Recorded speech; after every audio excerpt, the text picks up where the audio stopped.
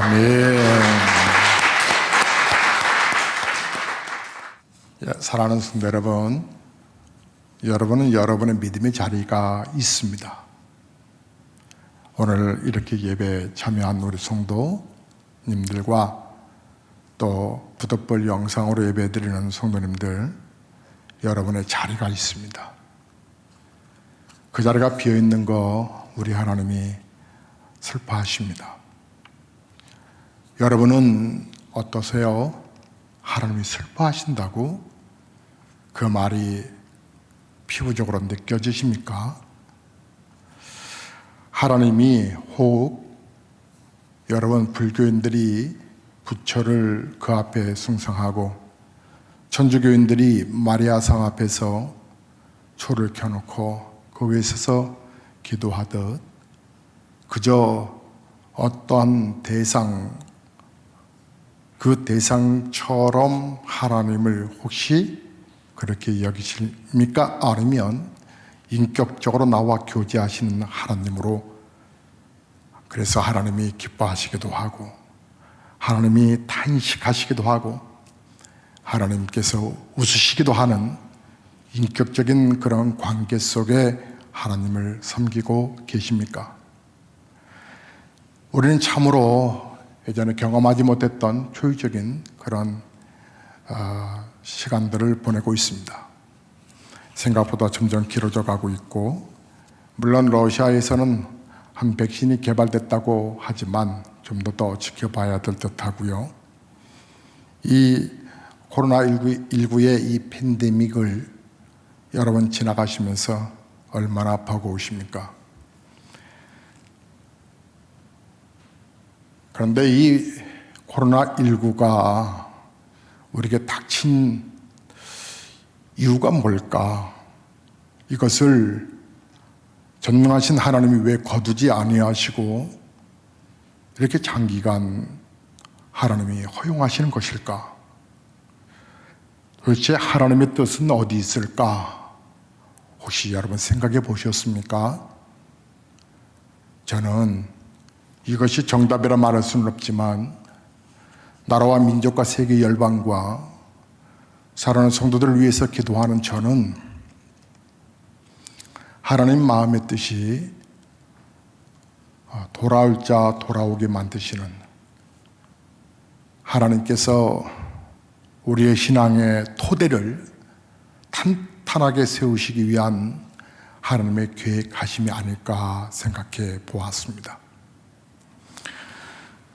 사랑하는 성도 여러분, 진정 하나님의 은혜는 우리가 신앙의 기본이 정말 튼튼해져가는 그런 은총으로 다가오고 있다는 사실인데, 여러분 실제로 코로나19로 인하여 교회 생활, 신앙 생활 뒤죽박죽되었던 이 법원 속에서 재정립의 시간들이 필요하다는 생각들을 여러분 한 번쯤은 해 보셨겠죠?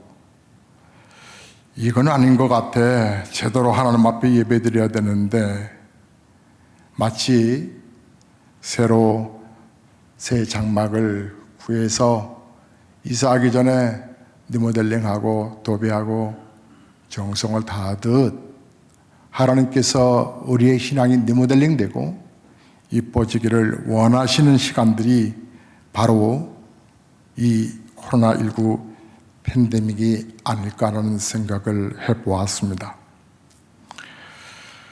만약에 아직도 우리가 신앙적인 법원 앞에서 정신을 못 차린다면 그 다음은 어떤 일들로 하나님이 구체적으로 보여주실까 하는 두려운 생각도 들었습니다.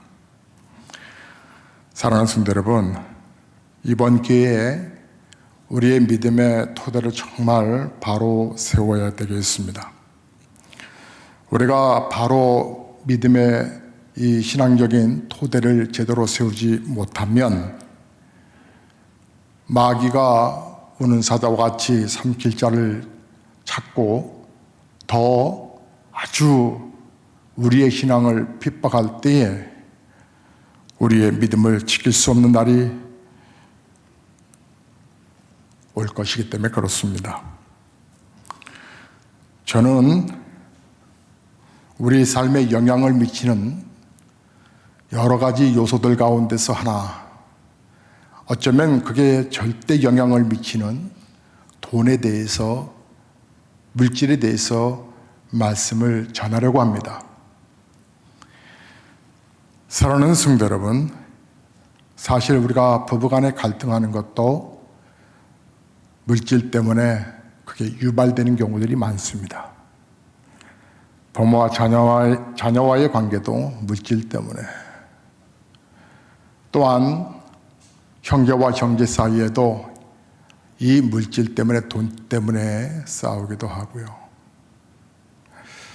돈이 많으면 정말 좋겠다. 어느 날 아내가 처남이 하는 얘기를 저에게 전해줬습니다. 처남이 건축업 사업을 하는데 아마 자금이 제대로 돌지 않았나요? 누나에게, 누나, 돈 좀 많았으면 좋겠어. 돈벼락 좀 맞고 싶어. 그랬더니 아내가 그렇게 말했답니다. 그러다 동생 죽어. 돈벼락 맞으면.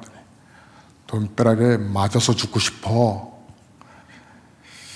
여러분, 돈이 우리를 너무나 슬프게 만들고 우리를 좌절시키고 참으로 우리를 고통스럽게 만드는 거 엄청난 영향력이 있습니다. 성경에 그렇다면 우리 그리스도인들은 신앙의 탄탄한 토대를 세우기 위하여 어떻게 재정 관리를 해야 하는지에 대해서 많은 말씀들을 하시는데, 오늘은 일부분 가운데 하나의 예를 여러분에게 보여드리는 그 엘리야와 사르밧 과부에 관한 이야기를 전해드릴 것입니다. 이 이야기는 여러분이 너무나 자주 들었던 메시지이기도 하고 또 교훈도 여러분 정확하게 알고 계실 것입니다. 이 비유를 우리 예수님도 신약에서 말씀하셨고요. 여러분, 이 비유를 통하여서 비유가 아니라 역사적 사건을 제시하면서 우리 예수님 이런 말씀을 하셨습니다. 마태복음 6장 25절에 그러므로, 이 이야기를 빗대요. 그러므로 내가 너희에게 이르노니 목숨을 위하여 무엇을 먹을까, 무엇을 마실까, 무엇을 입을까 염려하지 말라. 제가 어릴 때 정말 듣기 싫은 말이 저희 어머니의 돈 걱정이었습니다. 물론 그 시대가 어려운 시기였기 때문에, 그런데 아무리 어려운 시대라도 그 가운데서 또 여유 있게 사는 사람들도 있었지요. 어머니는 이제 날이 추워지는데 김장해야 되는데, 연탄은 또 최소한 몇백 장은 들여놔야 되는데, 봄이 되면 또 우리 오남매의 학자금 때문에 초등학교도 육성예배를 냈었으니까 교육비 때문에 걱정하셨고 늘 돈 걱정 하셨습니다. 교회를 가면 근데 어머니와 다른 메시지가 저의 귀에 들려왔습니다. 염려하지 마라. 염려하지 마라. 먹고 사는 일이 염려의 영향력이기 때문에 우리 예수님은 염려하지 말라는 말씀을 하신 거로 봅니다. 그만큼 중요하고 심각한 부분이었죠. 여러분, 이 말을 다시 거꾸로 한 번 더 생각해 본다면, 하나님 아버지를 믿냐? 인격적인 하나님을 정말 믿고 있냐? 그렇다면 염려하지 마. 내가 책임져 줄게. 그럼에도 불구하고 끊임없이 염려가 우리를 지배한다면 너 하나님 믿는 거 아니야. 주중에 성도님들의 기도 제목을 목사는 여러분으로부터 받습니다. 교구장님들 통해서도 받기도 하고요. 교육자를 통해서 받기도 하고 직접 받기도 하고요. 제가 성도님에게 말했습니다. 걱정하지 마세요. 네. 걱정하지 않으셔도 됩니다. 결과가 걱정하지 마세요. 그리고 목사의 기도의 선포, 믿음의 약속은 그대로 이루어져 좋은 소식이 주중에 들려왔습니다. 하나님, 우리에게 말씀하셨습니다. 예수님께서 마태복음 6장 24절에 너희가 하나님과 겸하여 재물을 겸하여 섬기지 못하느니라. 즉, 돈 문제가 아니라 신앙 문제라고 하는 것입니다. 돈, 물론 우습게 생각하지 말아야 합니다. 돈에는 인간을 조종할 수 있는 그런 능력이, 힘이 있을 뿐만 아니라 심지어 하나님까지도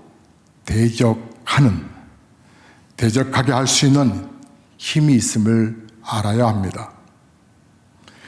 돈 걱정하지 않고 살려면, 그러면 하나님께 대한 믿음, 그 믿음이 탄탄해야 합니다. 마태복음 6장 26절부터 쭉 28절의 말씀을 보면 공중의 새 좀 봐봐. 심지도 않고 거두지도 않고 창고에 모아들이지도 아니하지만 하나님이 돌보시잖아. 그런데 너희가 참새보다 못하냐? 저 들의 백합화 좀 봐봐. 길쌈도 안 하고 누가 돌보는 것 같지 않지? 그런데 잘 자라지? 하나님이 하시는 거야. 하물며 너희일까 보냐? 하나님이 먹이고 입히시고 살리신다 라고 하는 이 간단한 메시지지만 이것을 좀 믿어봐라.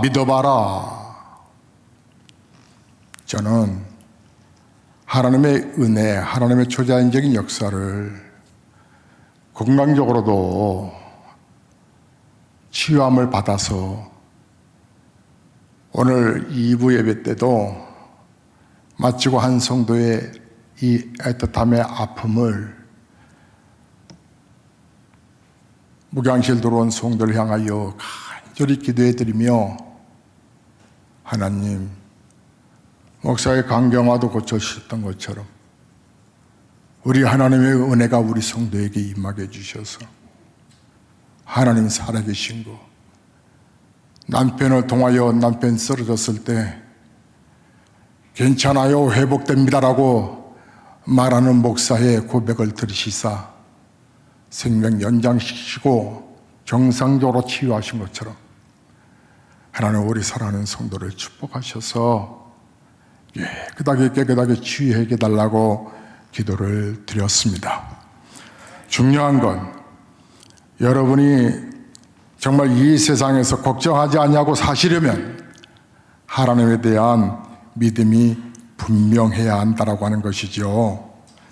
이 믿음이 있으면 다들 어려운 시대라고 말하지만 이 시대 속에서 여러분이 찬송할 수 있고 하나님이 함께 하심을 여러분은 경험하시게 될 텐데, 그러나 이 믿음이 없으면 누군가가 내게 다가와 당신의 종교가 뭐요? 라고 물을 때 기독교입니다라고 말할지언정 바로 하나님의 능력과 은혜는 여러분은 경험하지 못하는 그런 슬픈 신자가 되어버리고 말 것입니다.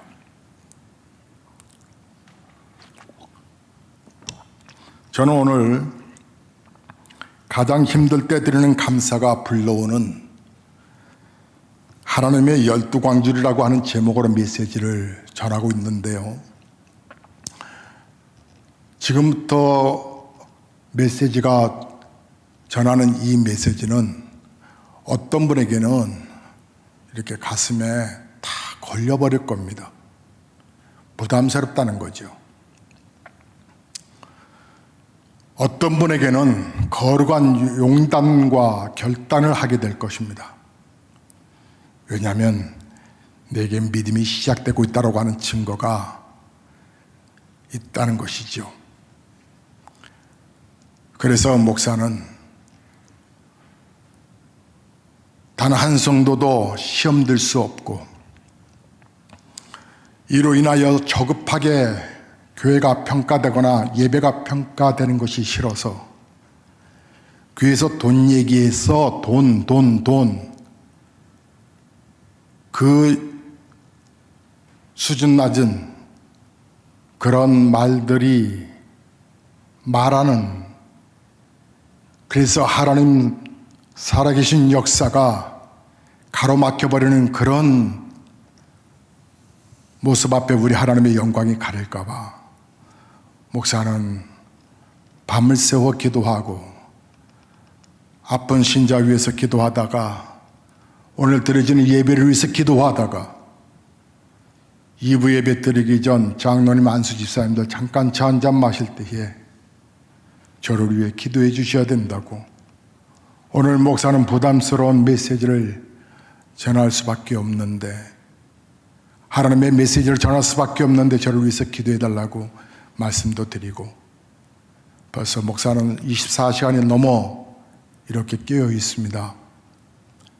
그러므로 여러분 영적인 눈이 열리셔서 하나님의 말씀을 그대로 받을 수 있기를 주의 이름으로 축복합니다.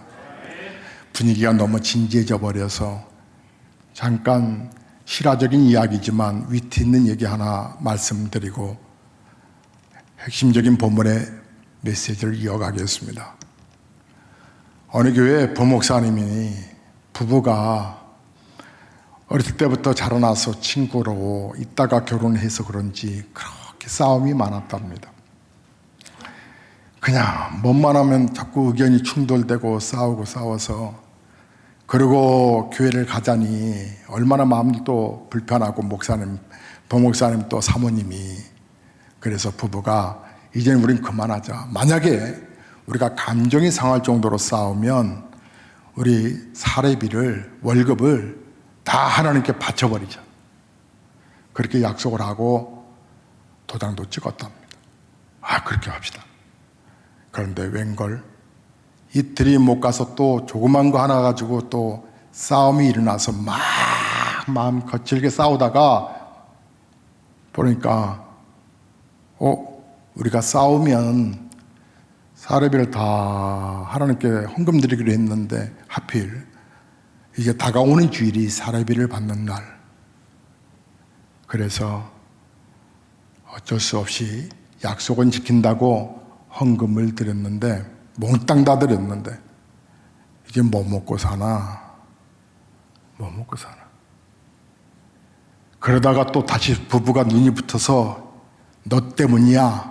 또 싸움이 또 재차 일어나려고 하는 그 순간 부부가 갑자기 그 다음 달은 걱정이 되어서 서로가 말하는 말들을 줄이고 싸움이 더 이상 번지지 않는, 이놈의 돈이 뭔지, 그렇게 또 싸움이 잦아지지 않던 이 부부가 물질이 뭔지 싸움이 중단됐다라고 하는 이야기인데, 근데 놀라운 것은 그 집에 아이가 하나 있었는데 피부 알러지로 그렇게 고생을 했답니다. 그런데요, 신기하게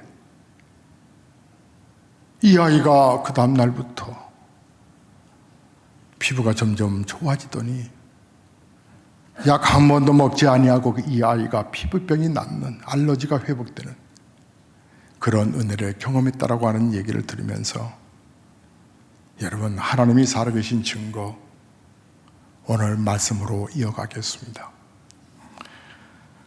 사랑하는 성도 여러분, 여러분 엘리야 잘 아시잖아요. 그 엘리야가 비가 오지 않아서 이제 18장 19장으로 넘어가면 아합 왕과 갈멜산 꼭대기에서 큰 하나님이 살아계시고 역사하시는 것을 증거하기 위한 결투를 벌이기 전, 오늘 본문의 17장에서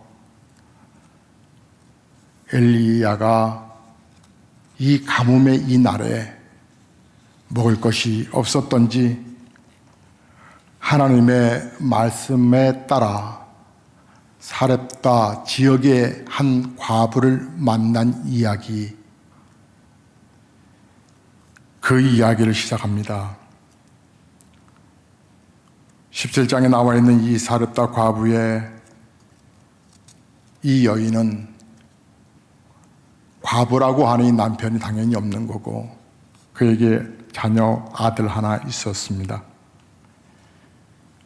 그녀는 3년 반 동안이나 이스라엘을 강타한 무서운 기근이 여전히 맹위를 떨치고 있는 어려운 상황 속에서 아들과 함께 곳간에 있는 양식을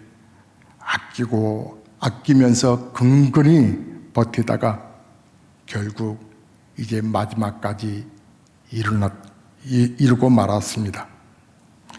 겨우 한 끼, 그 겨우 한 끼를 해결할 수 있는 그 밀가루 조금과 기름 몇 방울밖에 남지 않았다는 것이죠. 그것마저 끊어지면 이제 어디 가서 손 벌릴 데도 없습니다. 왜냐하면 옆집도 빈궁하거든요. 3년 반 동안이나 비 오지 않았으니 이게 사람 사는 꼴이겠습니까? 허기진 정말 짐승이 되어 모두가 다 마치 짐승처럼 고통 속에 살아가는데 어디 가서 먹을 걸 찾겠습니까? 그래서 그녀는 남은 것마저 구워 먹고 이제 죽자라고 하는 비장한 결심을 가지고 불을 피우려고 마른 나뭇가지를 줍고 있었습니다. 그때 엘리야 선지자가 찾아왔습니다. 엘리야는 그녀에게 이렇게 말하지요. 너의 집에 있는 통에 밀가루를 가지고 떡을 만들어서 내게로 먼저 가져오라고. 만약 나에게 먼저 가지고 와서 나로 먹게 하면 하나님이 너를 축복하셔서 이 어려운 시기를 지나가고 있는 이 기근 동안에 너의 모자가 굶어 죽지 않도록 하나님이 일용할 양식을 주시겠다 약속하셨으니 약속 믿고 그 순종해 보라는 이야기죠. 그 밀가루통에 정말 하나님이 밀가루가 떨어지지 아니하도록 공급하실 것이고 기름통에 기름이 떨어지지 않도록 공급하시겠다라고 하는 약속의 메시지. 그래서 너는 어서 떡을 만들어 내게 공급하라고 말합니다. 이 얘기를 들은 이 여인의 입장에서 이 말이 얼마나 황당할까요? 여러분, 저는 제 주변에 정말 잘 됩니다라고 하는 사람의 이야기를 지난 6, 7개월 동안 들어본 적이 없습니다. 만나는 사람마다 힘들어요, 어려워요. 저는 분명 목사인데 불신자 남자들하고 대화하면 참 재밌습니다. 대화가 참 잘 됩니다. 주중에도 이곳저곳에서 전화 와서 저를 목사로 아는 사람도 있는가 하면 목사가 아닌 사장으로 보거나 또 저를 회장으로 봐서 만나자고 식사하자고 그러면 만나서 또 같이 밥도 먹습니다. 얘기를 들어보면 다들 힘들다라고 하는 얘기만 계속 듣고 있습니다. 아마 엘리야 시대에 여기에 살았다 과부의 처한 환경, 그보다 현재 우리가 낫긴 하지만 여기는 절대절명의 시간들이니까요. 그런 입장에서 이런 이야기를, 부담스러운 얘기를 듣게 되면 얼마나 고민이 되겠습니까? 참. 아니 이 마당에 어떻게 당신 먼저 주겠냐고. 내 새끼가 있는데 차라리 내 새끼 없고 나 혼자 먹는 거라면 내 거 참고 당신 드리겠습니다마는 내 새끼가 있는데 어떻게, 새끼보다 내 자녀보다 어떻게 당신에게 먼저 이것을, 그래도 뭐 넉넉하게 있는 것도 아닌데 무리한 얘기를 하냐고, 이 황당한 얘기를 하냐고. 무식한 사람아. 그렇게 할 만한데 이 여인은 좀 지혜로웠던 것 같죠. 오늘 이제 이거 먹고 죽자 하는데 조금 땡겨서 죽자, 이거 드리고 하나님이 말씀하셨다 하니까 엘리야 선지자가 하신 말씀을 그냥 믿자.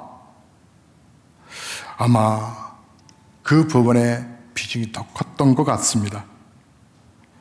여러분은 만일 그런 상황에 놓인다면 여러분은 어떤 선택을 하시겠습니까?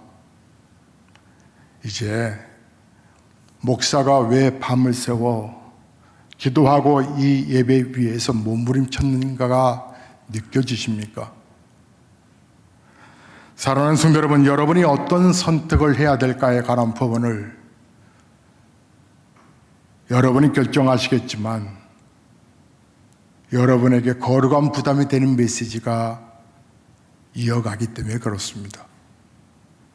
저는 설교학을 전공한 목사입니다. 그래서 설교의 메시지가 얼마나 중요한지를 압니다.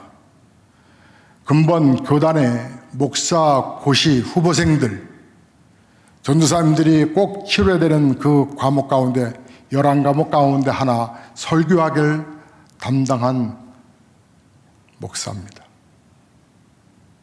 이번 주에 채점을 다 끝내고 메일로 보내면서 설교의 핵심이 얼마나, 무엇을 어떻게 성도들에게, 청중들에게 전해야 되는지를 극히 잘 알고 있는 목사가 시험들 확률이 많은 메시지를 전할 때에 어찌 말의 응변 또 응변으로 하나님의 거룩하심을 잘 증거할 수 있겠습니까? 그래서 목사는 하나님의 은혜를 내려달라고 기도하고 이 메시지를 전하는 것이니 여러분도 여기에 여인이 하나님의 말씀을 받았던 것처럼 그대로 순종하시기를 주의 이름으로 축원합니다.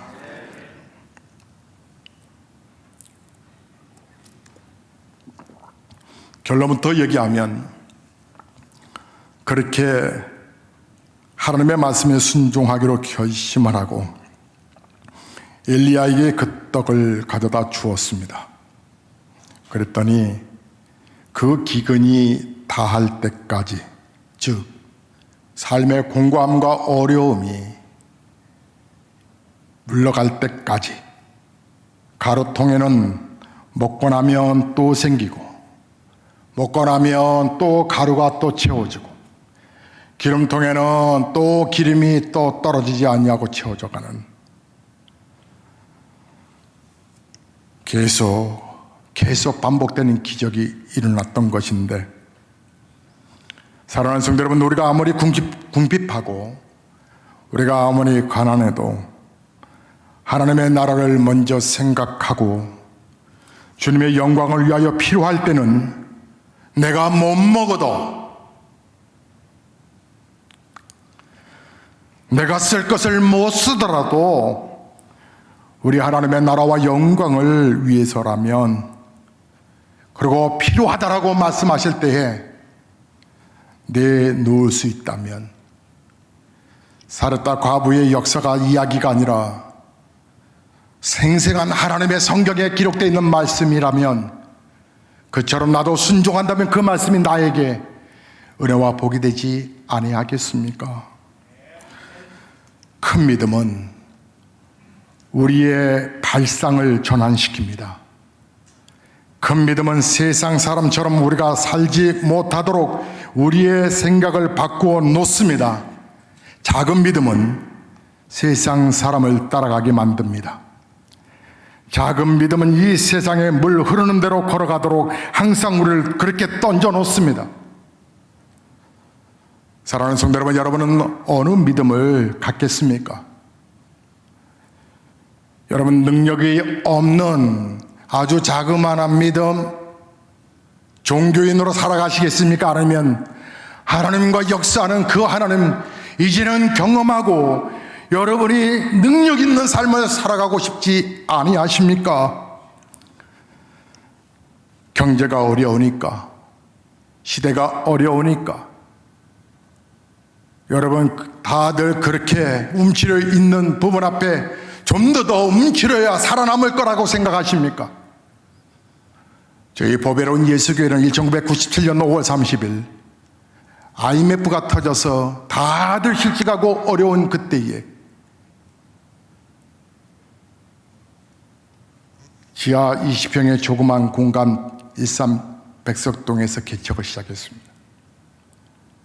그때에 이웃에 있던 어느 교단의 목사님이 찾아오셔서 50대 되어 보이는 목사님이 저에게 30대 중반의 절 향하여서 내가 불쌍해서 왔어. 여기 음료수인데 먹고 힘내요. 아이고, 여기 또 하나 공동묘지에 또 십자가 세우는군 하고 가셨습니다. 여기는 개척이 안 된다고. 내가 먼저 와서 일산 개발할 때 4년 전에 왔는데 없어.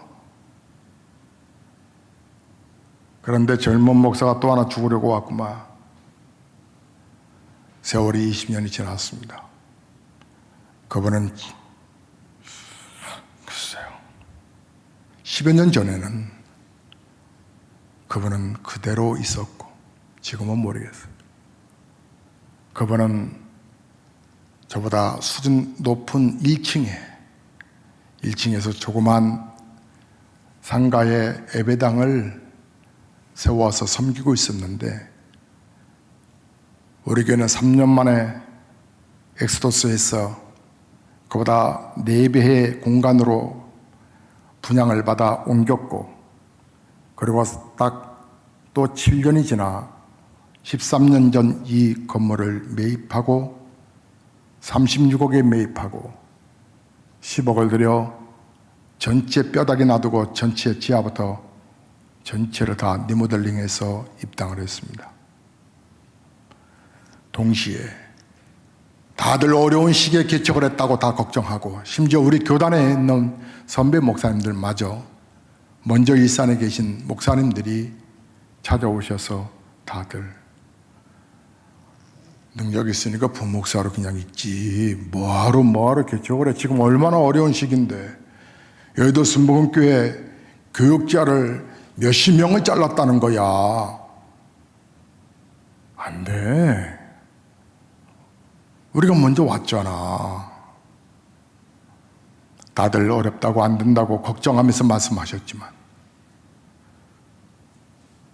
지금은 고향 지방에서 저희 교회가 가장 영향력이 있는 교회로, 그리고 저를 걱정해 주셨던 목사님들은 여전히 지하에서 헤매고 여전히 성도 10여 명이 20여 년이 지나도 10여 명의 그 10여 명으로 주저앉아 있는 이유는 믿음의 선포와 믿음의 결단과 믿음의 선택에 어떤 확신을 가졌느냐에 따라서 길이 달라졌음을 생생하게 보여주는 하나의 증거입니다. 경제가 어려우니까, 지금 코로나19로 아무것도 안 되니까, 다 힘드니까, 그래서 어깨를 더 엄추려야, 다른 사람들보다 더 전력을 하여야 여러분 살아남을 거라고 생각하십니까?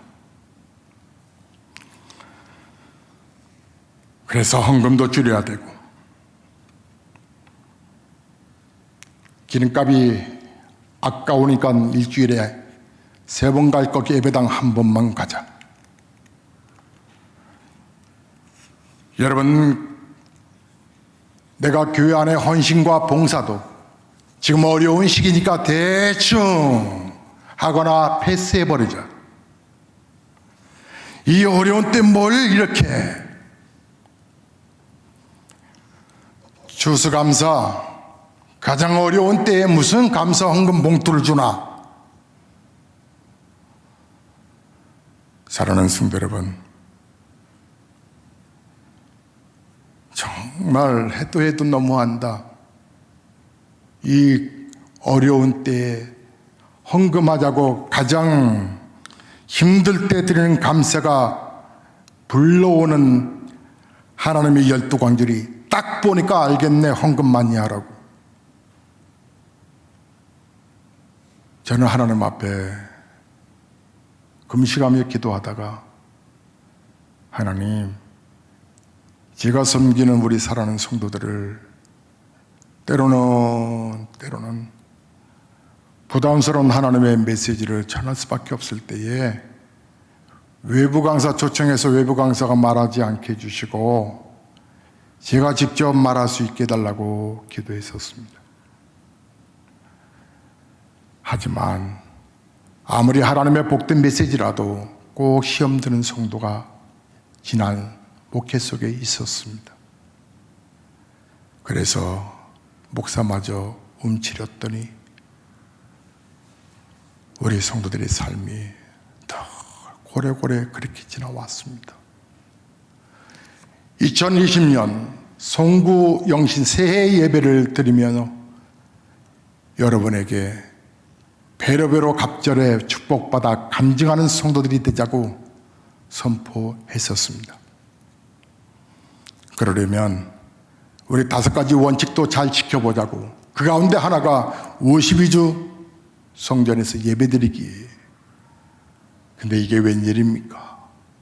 선포하고 한두 달 지났을까요? 2월부터 코로나19가 터지더니 하나님의 성전 오는 것이 왜 이렇게 힘들게 돼버렸는지 목사의 마음은 조급해졌습니다. 하나님, 올 한 해 제가 지금까지 하나님도 부담스러우실 정도로 그런 설교를 하기를, 하나님 잘 믿으면 복 받아요, 갑절의 복을 받아요 라고 하는 말을 피차 부담스러워서 하지도 않았는데, 올해 제가 2020년에 배로배로 하나님 감동 주셔서 선포했는데 어찌합니까? 성도들이 기도 시간을 줄여가고 잘 나오지 아니할 때에 목사는 참담해지기 시작했습니다. 그러나 진정 하나님께서 2020년을 끌어가는 표를 주셨으니, 하나님 그렇다면 샘플을 보이게 해주세요. 그때의 샘플이 우리 아이들이 보였습니다. 그래요, 하나님. 아이들에게 하나님이 살아계신 것을 보여주세요. 지금까지 우리가 걷는 삶이 힘들었다면 하나님을 의지하여 나가는 삶에 어떤 일들이 열려지는지 우리 아이들을 샘플로 보내주세요.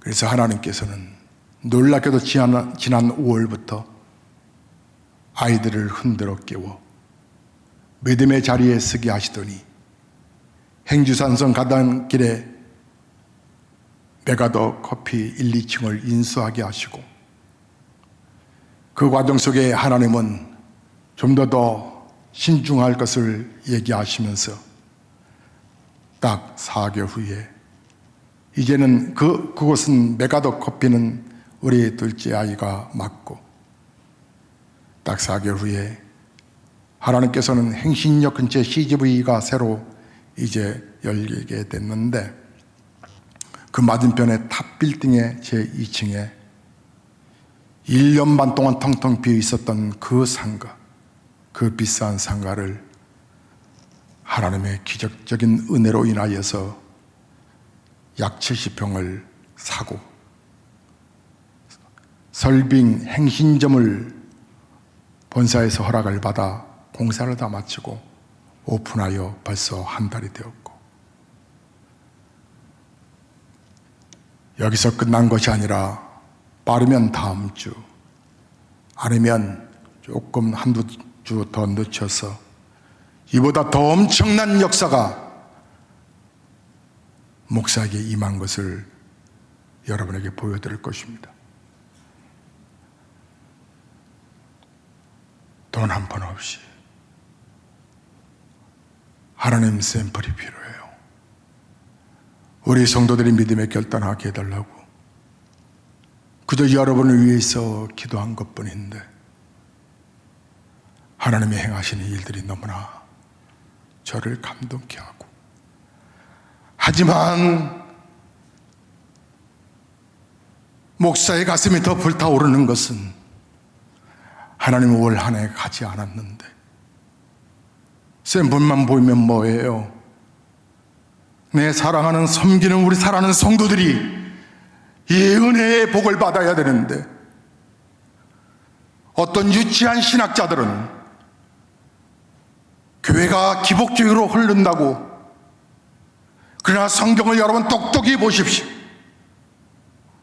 창세기 1장부터 하나님이 복의 이야기를 시작하십니다. 에덴 동산을 완성하신 하나님은 인간을 맨 마지막에 만들어 땅을 다스리고 정복해야 할 것을 마귀에게 속아 계속 정복당하는 인생을 향하여 고생하는 인생을 향하여 하나님 왜 교회는 이렇게 다들 어려운 거예요?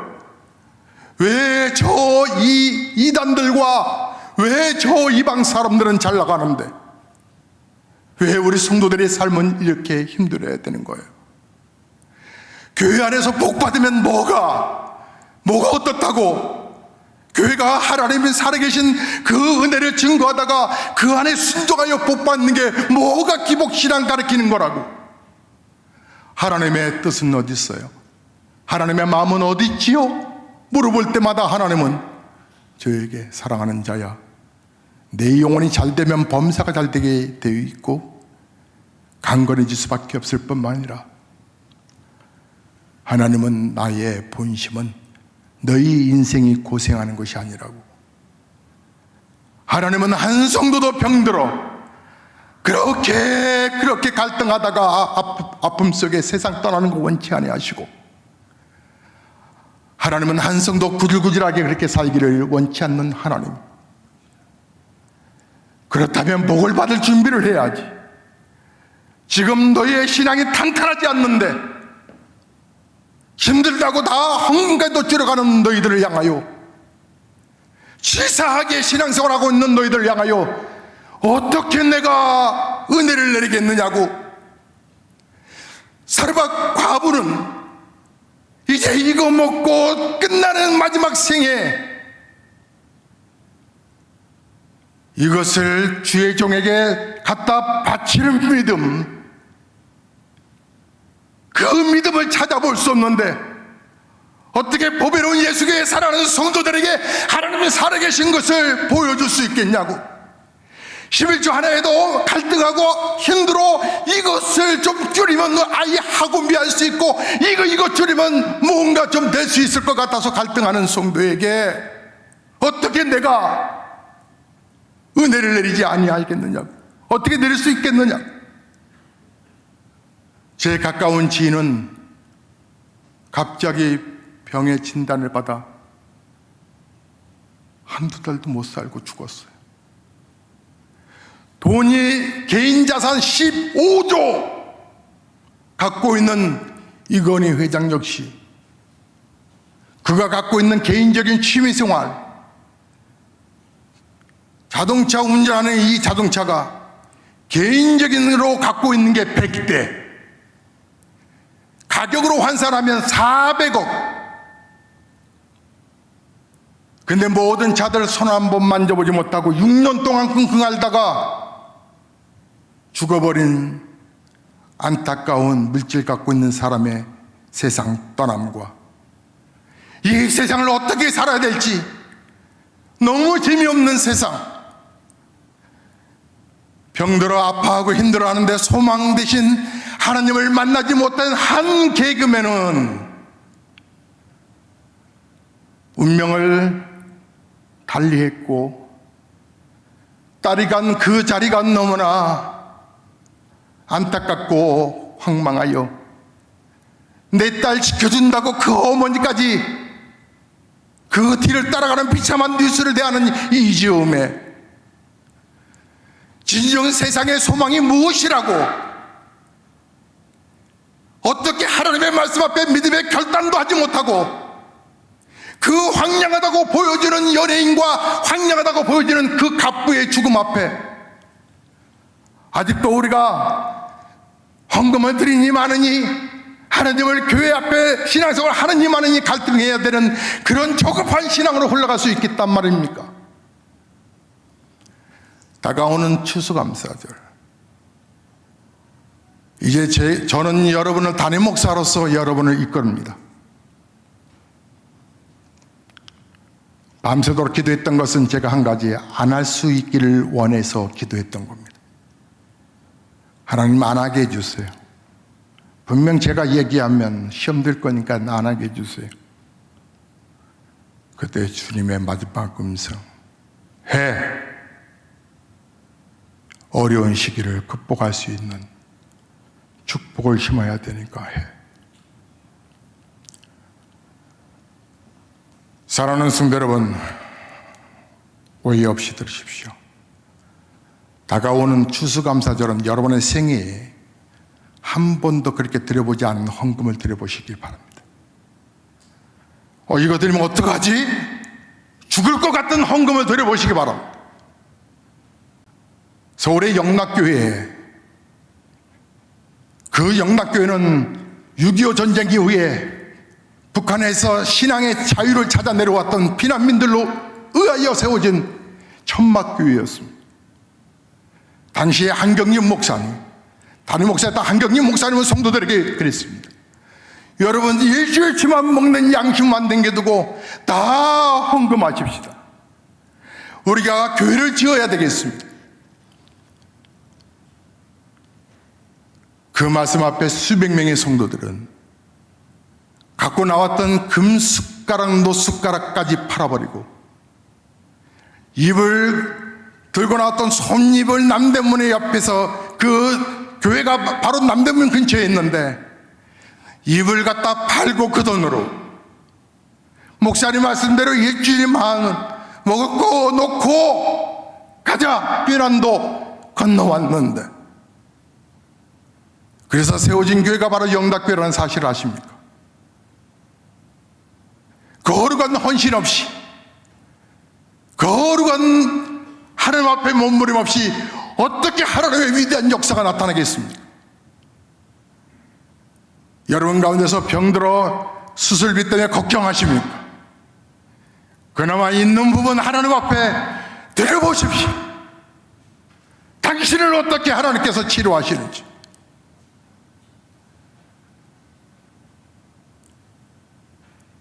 하나님의 마음을 전합니다.